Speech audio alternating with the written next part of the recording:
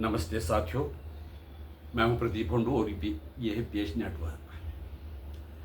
आजकल हर जगह पाकिस्तान और हिंदुस्तान के कन्फ्लिक्ट के बारे में बात हो रही है।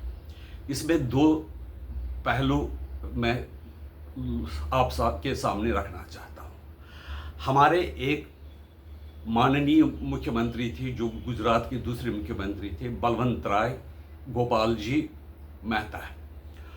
उनको 1965 में पाकिस्तानी जहाज़ ने हमला करके मार दिया, जिसमें उनकी पत्नी और 3 कार्यकर्ता और एक सुरक्षाकर्मी मारे गए। इस सिलसिले में बलवंत राय जी के जो उसके जहाज पायलट वगैरह थे, उनको पाकिस्तान के जो फाइटर जेट था साइबर जेट 86, उनके पायलट को मैसेज दी ये कमर्शियल जहाज़ है, और उसमें मर्सी अपील भी की थी कि ये हमारे एक राज्य के माननीय मुख्यमंत्री है, उन पर हमला ना करें।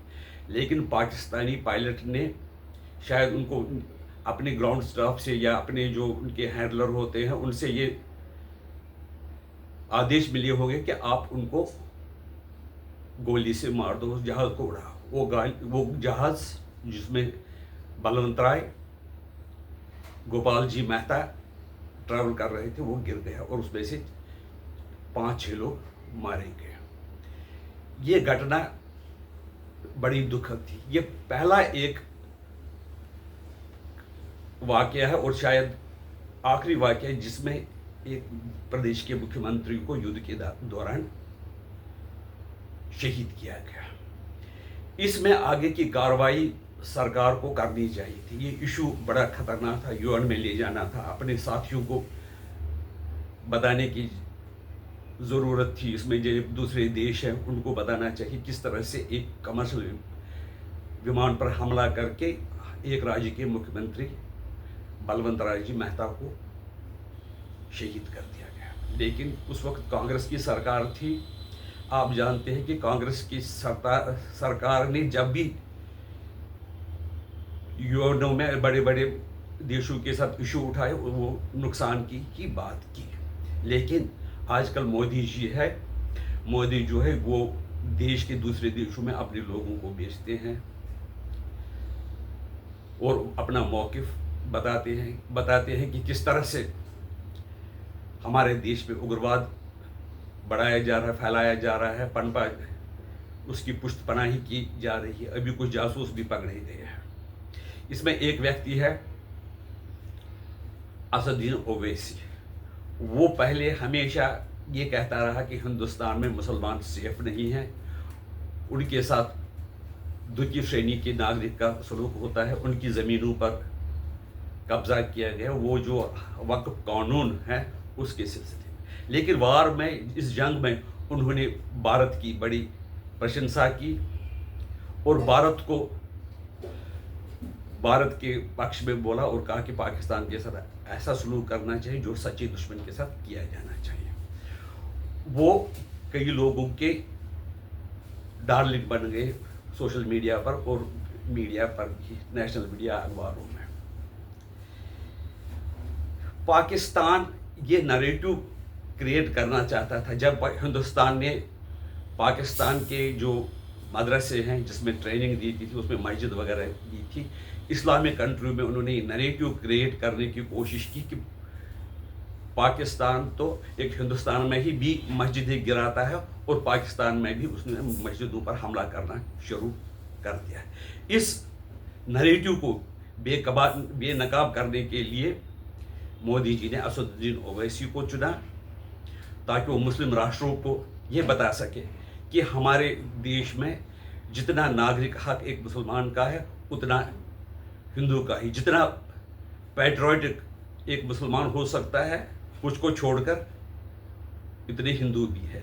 और इसीलिए उन्होंने सूफिया कुरैशी को भी सामने लाया और उन्होंने कुछ काम भी ऐसे किए गए हैं जिसके कारण उनको सामने लाया गया और मुस्लिम राष्ट्रों को समझाने का वो असदुद्दीन ओवैसी प्रयास करेंगे और जो भारत की जो इमेज है, भारत की जो सोच है, उसको सारी दुनिया के पास भेज देगी। क्योंकि तो मुस्लिम राष्ट्र जो थोड़ा सा है, ज़्यादा ऑर्थोडॉक्स रहते हैं, वो उनकी सोच से बाहर नहीं जा सकते और उनको उन्हीं की सोच में समझाना ज़रूरी है। इसलिए जो मोदी जी ने फैसला किया है कि असदुद्दीन ओवैसी को मुस्लिम राष्ट्रों में भेजा जाएगा, वो बहुत ही सोचा समझा निर्णय है। और क्योंकि ये नरेटिव जो पाकिस्तान क्रिएट करना चाहता था, ये उसका बिल्कुल जवाब है, 200% जवाब है। अब मैं वापस आऊँगा डॉक्टर बलवंत राय गोपाल जी मेहता के बारे में। वो एक स्वतंत्रता सेनानी थे, गांधी जी के साथ उन्होंने काम किया। गांधी जी के विचार में वो कहते थे कि जब नीचे से लोग ग्राम लेवल पर अंत्योदय लोग जो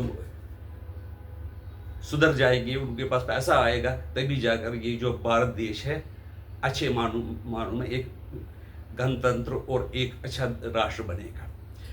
जिसमें फिर उनको ये काम सौंपा गया है कि वो पंचायती राज के बारे में अपनी राय दी थी। उन्होंने इसके लिए बहुत काम किया और पंचायती राज का जो सिस्टम है, कमेटी है, वो उनके कारण ही हुआ। आजकल भारत में बहुत चर्चा है 3 टियर गवर्नेंस, और ये बड़ा सफल रहा और उससे देश की प्रगति बहुत अच्छी तरह से हुई। क्योंकि सेंट्रल लेवल पर मोदी का हर जगह पहुंचना या कोई भी प्रधानमंत्री हो उसके हर जगह पहुंचना नामुमकिन है। जब तक गांव का आदमी साथ नहीं, उसको पता है कि गांव में क्या जरूरत है और गांव में क्या डेवलपमेंट करनी है, उसके लिए गांव का आदमी ही ठीक है। ये बात बलवंत राय जी ने पूरी तरह से समझ ली थी। उसको कोऑपरेटिव मूवमेंट के बारे में भी उसने अपने सुझाव दिए थे। वो कभी कोऑपरेटिव मूवमेंट्स वगैरह कुछ देर के लिए सफल नहीं रही, लेकिन हम देख रहे हैं एक एग्जाम्पल है कोऑपरेटिव मूवमेंट की, वो है अमूल। बलवंत राय जी कॉन्स्टिट्यूएंट असेंबली थे, संविधान सभा में उसके भी सदस्य रहे। बहुत ही ज़्यादा कांग्रेस के बड़े लीडर थे, खाली कांग्रेस के नहीं, बड़े देश के बड़े लीडर थे जिन्होंने देश के लिए बहुत काम किया। शायद वो जेल भी गए थे, लेकिन जब उनके जहाज को उड़ा दिया गया तो किसी ने कुछ शोर नहीं मचाया, जैसे कुछ हुआ ही नहीं था, जैसे कोई मक्खी मरी थी। ये कांग्रेसों का अप्रोच हमेशा से रहा है। आज भी हम देख रहे हैं कि जो कांग्रेसों का अप्रोच है वो वैसा ही है।